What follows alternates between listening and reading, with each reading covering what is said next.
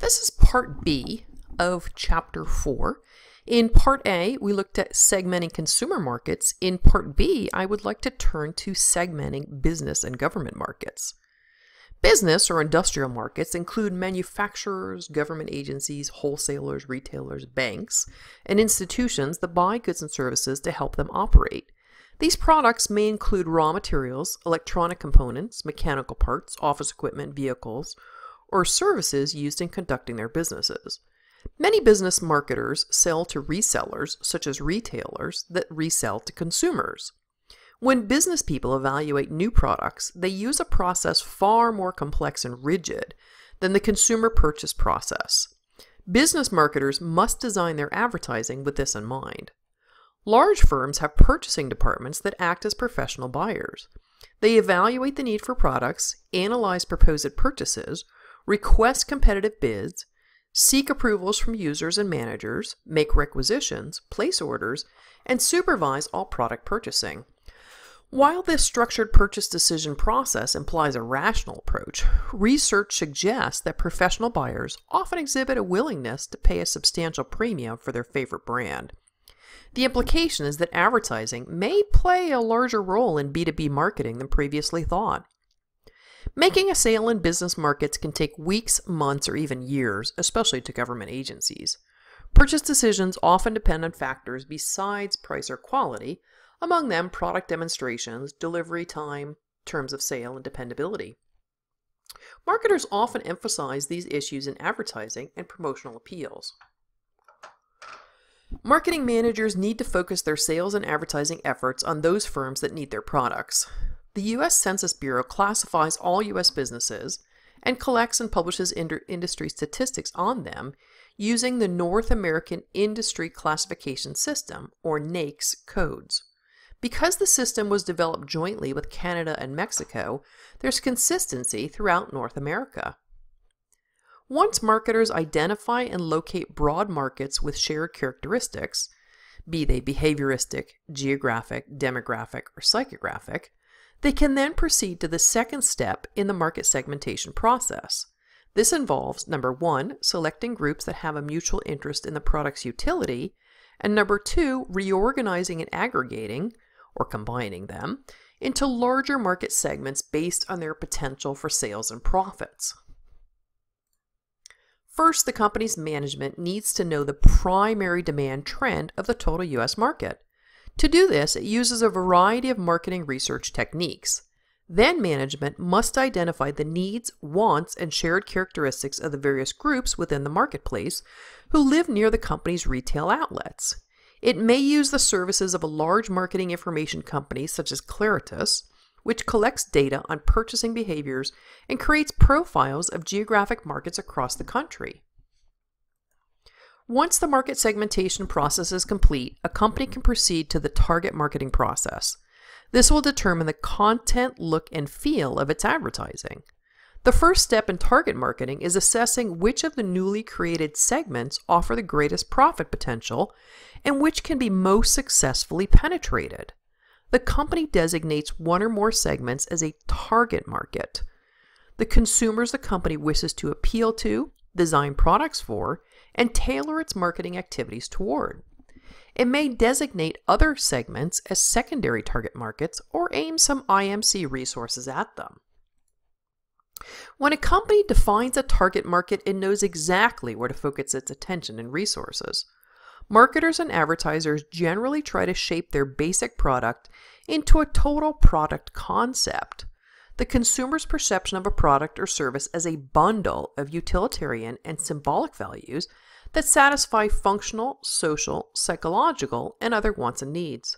Companies have many strategic options they can employ to enhance the product or service concept and make sales. The company can design special features for its target market, such as certain colors or special sizes.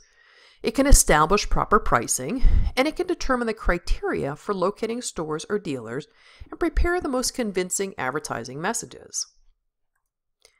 Marketers categorize these options under 4 headings: product, price, distribution or place, and communication or promotion.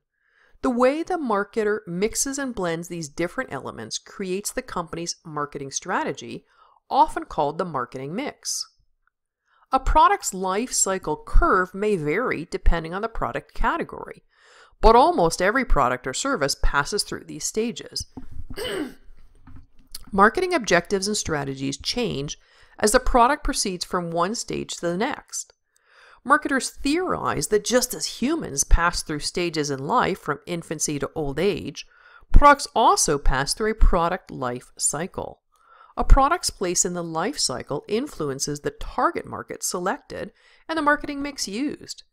There are 4 major stages in the product life cycle: introduction, growth, maturity, and decline. When a company creates a new product category, nobody knows about it. Through market segmentation, the company will try to identify those prospects who are known to be early adopters, people or organizations willing to try new things, and begin promoting the new category directly to them. The idea is to stimulate primary demand, consumer demand for the whole product category, not just the company's own brand. During the introductory phase of any new product category, the company incurs costs for educating consumers, building widespread dealer distribution, and encouraging demand. It must advertise heavily at this stage to establish a position as a market leader and to gain a large share of market before the growth stage begins. Advertising an IMC that focuses on consumers is meant to motivate potential buyers to demand a product from retailers. This approach is called a pull strategy because marketers hope that consumer demand will pull the product through the distribution chain. Promotional efforts aimed at retailers or other distributors is called a push strategy. Push strategies target distributors rather than consumers and encourage them to stock, display, and advertise the product. When sales volume begins to rise rapidly, the product enters the growth stage. This period is characterized by rapid market expansion as more and more customers, stimulated by mass advertising and word of mouth, make their first, second, and third purchases. Competitors jump into the market, but the company that established the early leadership position usually reaps the biggest rewards.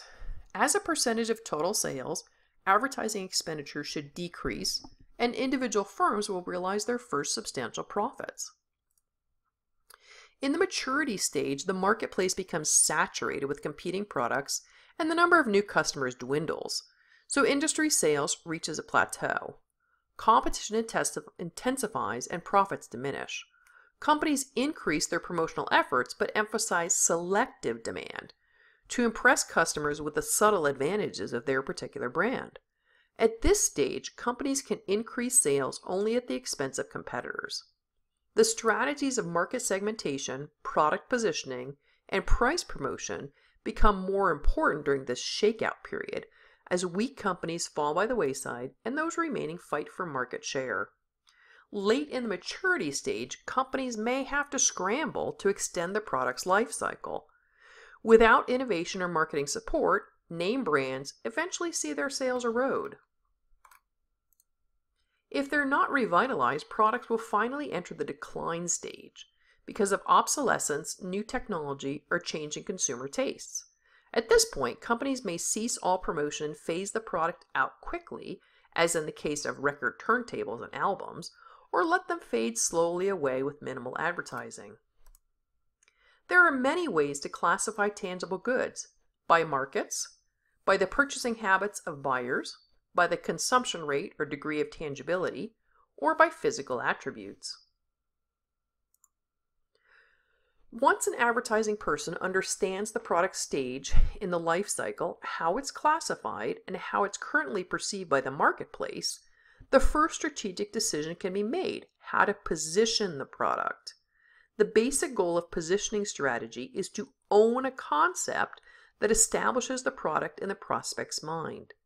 Levi's owns jeans, or at least they did for a long time. BMW owns performance. Maytag owns reliability.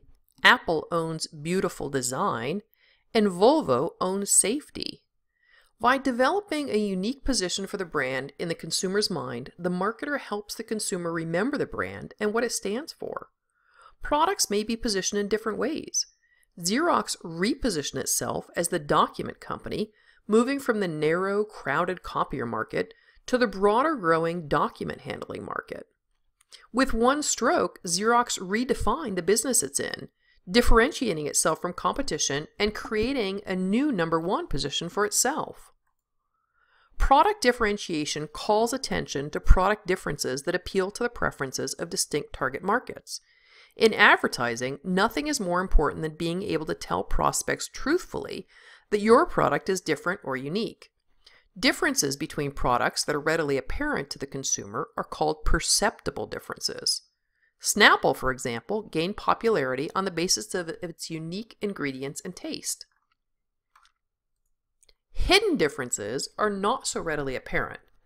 Diet Mountain Dew may look and taste the same as regular Mountain Dew, but it's differentiated by the use of artificial sweeteners, which significantly reduce the calorie content of the beverage.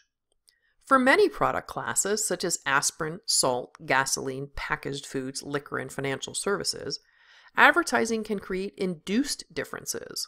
An induced difference is one that cannot be established perceptually, nor does it exist in imperceptible but real product attributes. Instead, it's a matter of consumer perception. How does Coke differ from Pepsi? How does the iPhone differ from the Samsung Galaxy S7 Edge? Some might argue in no significant way, much as that might shock a fanatic fan of one of these products. Indeed, the immense loyalty that each of these brands inspires testifies to the power of branding. Brand loyalty is created through the accumulation of consistent advertising campaigns, favorable publicity, special event sponsorship, and good word of mouth. The most important way that any product can differentiate itself from competing products is through the power of brand, that combination of name, words, symbols, or design that identifies the product and its source. Without brands, consumers couldn't tell one product from another, and advertising would be nearly impossible. A manufacturer may establish an individual brand for each product it makes. Procter & Gamble, for example, markets its laundry detergent under the individual brand names Tide, Gain, Cheer, and Era. P&G promotes to a distinct target market for each product and has created a separate personality and image for each brand. However, this strategy is very costly. On the other hand, a company might use a family brand and market different products under the same umbrella name. When Heinz, for instance, promotes its ketchup, it hopes to help its relishes too. This decision may be cost-effective, but one weak product in a line can hurt the whole family. Because it's so expensive for manufacturers to market national brands, some companies use a private labeling strategy. They manufacture the product and sell it to resellers who put their own brand name on the product. Private labels are typically sold at a lower price in retail stores and include such familiar names as Kenmore, Craftsman, and Die Hard. Branding decisions are critical because the brands a company owns may be its most important capital asset. Some companies pay a substantial fee for the right to use another company's brand name. Thus, there are licensed brands such as Sunkist vitamins, Coca-Cola clothing, Porsche sunglasses, and Mickey Mouse watches. Brands offer customers instant recognition and identification. They also promise consistent, reliable standards of quality, taste, size, or even psychological satisfaction, which adds value to the product. Ideally, when consumers see a brand on the shelf, they instantly comprehend the brand's promise and have confidence in its quality. The goal is brand loyalty because it serves both the consumer and the advertiser. For the consumer, it reduces shopping time. For the advertiser, it builds brand equity, the totality of what consumers, distributors, dealers, and even competitors think and feel about the brand over an extended period of time. In short, it's the value of the brand's assets. Strong brand equity offers a host of blessings to a marketer: customer loyalty, price inelasticity, long-term profits, a loyal customer who can be 9 times as profitable as a disloyal one. But building brand equity requires time and money. Brand value and preference drive market share, but market share and brand loyalty are usually won by the advertisers who spend the most.